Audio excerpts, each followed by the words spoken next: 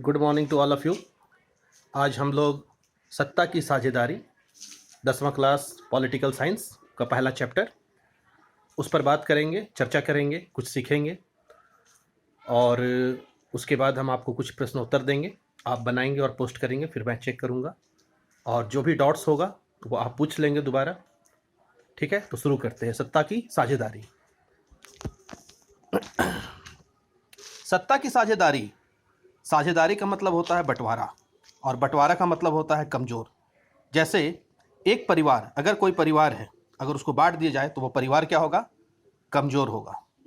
इसी से हमको समझना है। तो सबसे पहले हम लोकतंत्र के बारे में जान चुके हैं क्लास 9th में ही कि लोकतंत्र जनता का, जनता द्वारा जनता के लिए चुना हुआ शासन होता है। इस चैप्टर में दो टॉपिक, बेल्जियम और श्रीलंका, ये दोनों की कहानी को हमें पढ़ना है। तो आपको जानकर हैरानी होगी कि बेल्जियम जो है वो यूरोप का एक छोटा सा देश है जिसकी क्षेत्रफल और आबादी क्षेत्रफल जो है हरियाणा के बराबर है, जबकि आबादी जो है वो हरियाणा से भी आधा है। इसकी जो सीमाएं हैं वो फ्रांस, नीदरलैंड, जर्मनी, लग्जमबर्ग से मिलती है। आबादी 1 करोड़ से कुछ अधिक है। बेल्जियम देश छोटा है लेकिन इसकी जटिलता, इसका जो संरचना है, इसका जो बनावट है वो बहुत ही जटिल है। यहां पर 3 प्रकार के लोग रहते हैं, 3 भाषा बोलने वाले, जातीय जटिलता के आधार पर। पहला डच, जिनकी आबादी 59% है। दूसरा फ्रेंच भाषा बोलने वाले लोग, जिनकी आबादी 40% है। तीसरा जर्मन भाषा बोलने वाले लोग, जिनकी आबादी 1% है। आप देखेंगे कि ये जो 59% डच बोलने वाले लोग हैं वो फ्लेमिश इलाके में रहते हैं। उसी तरह से 40% फ्रेंच बोलने वाले लोग बोलिविया इलाके में रहते हैं, बोलिनिया में। और शेष 1% जर्मन जो है वो इर्द गिर्द आसपास चारों ओर फैले हुए हैं। इसी प्रकार आप आगे आइएगा तो आप देखिएगा कि इसकी राजधानी जो है वो ब्रुसेल्स है, जहां पर 80% लोग फ्रेंच भाषा बोलते हैं, फ्रांसीसी भाषा, और 20% लोग डच भाषा का इस्तेमाल करते हैं। आप देखिए इसका पूरे देश का जो हमने स्ट्रक्चर बताया उसमें 59% डच बोलने वाले हैं, 40% फ्रेंच बोलने वाले हैं और 1% जर्मन। तो जर्मन को यहाँ हम नगण्य मान के चल रहे हैं। मुख्य रूप से डच और फ्रेंच, पूरे देश में 59% डच, 40% फ्रेंच, जबकि इसकी राजधानी ब्रुसेल्स में 80% फ्रांसीसी लोग, फ्रेंच बोलने वाले, और 20% डच बोलने वाले हैं। यहाँ का एक और स्ट्रक्चर में विविधता पाया जाता है कि जो 40% फ्रेंच बोल रहे हैं पूरे देश के अंदर में, यहां मैंने पहले बताया 40% जो बोलिनिया क्षेत्र में रहते हैं, ये आर्थिक रूप से, चूंकि इनकी संख्या आप देखिए 59 से कम है, 40 डच से कम है फ्रेंच भाषा बोलने वाले, इनकी संख्या कम होने के बावजूद ये समृद्धशाली हैं, ताकतवर हैं, पैसे वाले हैं।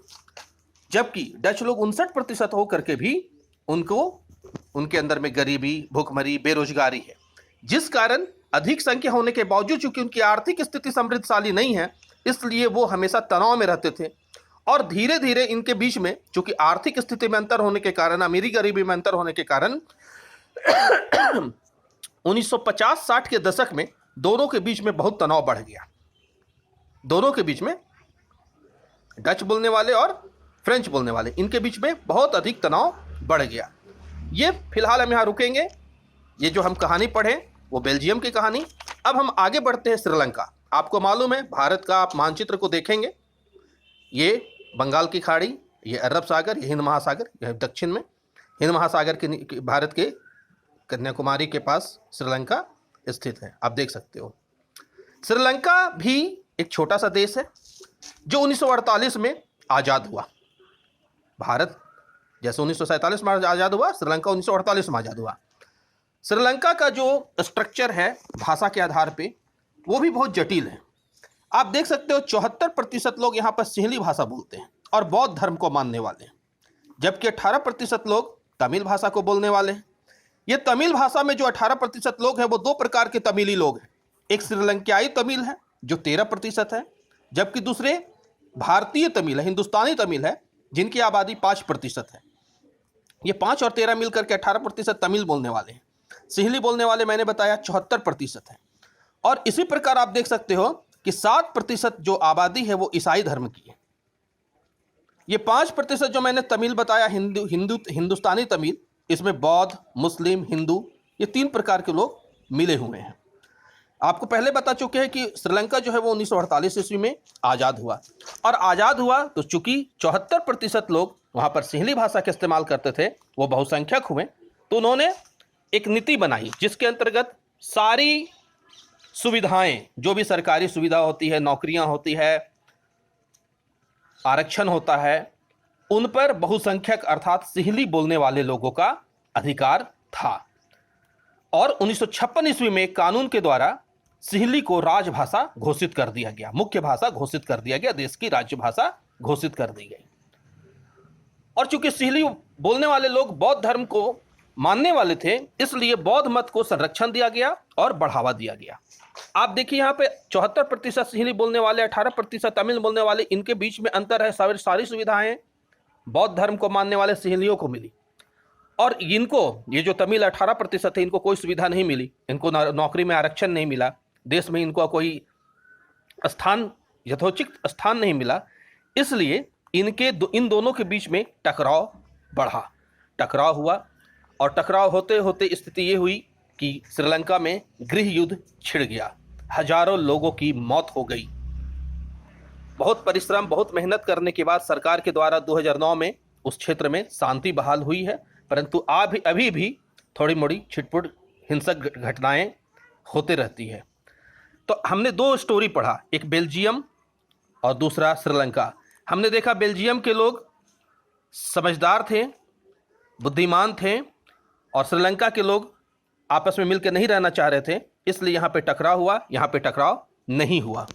आगे देखिए, बेल्जियम की समझदारी के बारे में हम थोड़ा सा चर्चा करना चाहेंगे कि 1970 से 1993 के बीच, 1970 टू 1993, बेल्जियम के संविधान में 4 संशोधन किए गए, 4 सुधार किया गया, सिर्फ इसलिए ताकि देश में कोई भी व्यक्ति बेगानापन महसूस ना करे, किसी प्रकार के लोगों के मन में दुख की भावना ना हो, आपस में बैर भावना ना हो।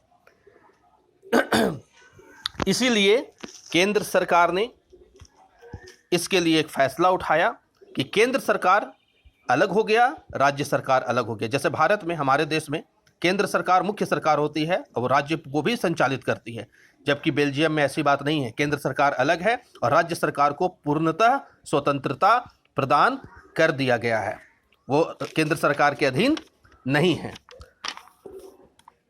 अब आप देखिए कि यहाँ का जो स्ट्रक्चर बना वो कैसे बना। आप देख रहे थे कि बेल्जियम में 59% डच बोलने वाले लोग, मैंने पहले बताया है कि बेल्जियम में 59% लोग जो है वो डच बोल रहे थे। उनकी आबादी अधिक थी लेकिन उनकी आर्थिक स्थिति कमजोर थी। 40% लोग जो फ्रेंच बोलते थे, उनकी आबादी कम है, परंतु इनका समृद्धि, इनकी स्थिति, सामाजिक, आर्थिक, राजनीतिक स्थिति मजबूत है। तो इसलिए वहाँ की सरकार ने एक फॉर्मूला अपनाया।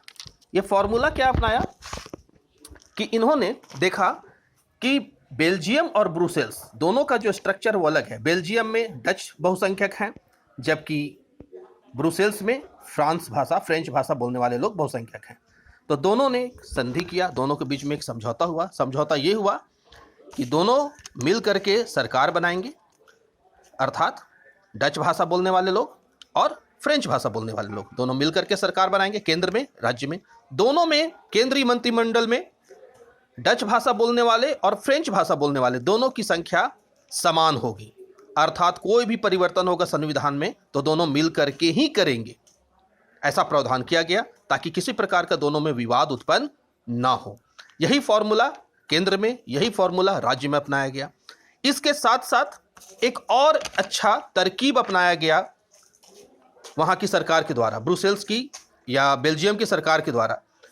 सरकार ये फैसला लिया कि यहाँ पे एक तीसरे स्तर की सरकार होगी जिसे सामुदायिक सरकार कहते हैं। केंद्र सरकार, राज्य सरकार, ये जो पहले हम चर्चा किए, और तीसरा है सामुदायिक सरकार।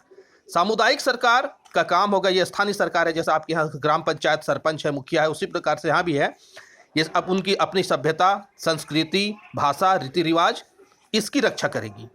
अब यहाँ पर एक सवाल उठता है कि जो 1% जर्मन बोलने वाले लोग थे, चूंकि मैंने फ्रेंच और डच भाषा वाले का चर्चा किया, जबकि 1% जर्मन, तो यहाँ पर 1% जर्मन बोलने वाले लोगों को संरक्षण दिया गया, उनकी सभ्यता, उनकी संस्कृति, उनके रीति रिवाज को मान्यता दिया गया, वो समाज के हिस्सा बने, सामुदायिक सरकार में उनकी सहभागिता हुई, मिलजुल करके सरकार चलाया गया। इतना अच्छा फैसला लेने के ही कारण जब यूरोप के सभी देशों ने मिलकर के यूरोपीय संघ बनाया, तो सब ने यह फैसला लिया कि ब्रुसेल्स को, बेल्जियम की राजधानी ब्रुसेल्स को यूरोपीय संघ का मुख्यालय बनाया जाएगा। आज के लिए इतना ही, फिर इसके आगे का टॉपिक हम कल कंटिन्यू करेंगे। धन्यवाद।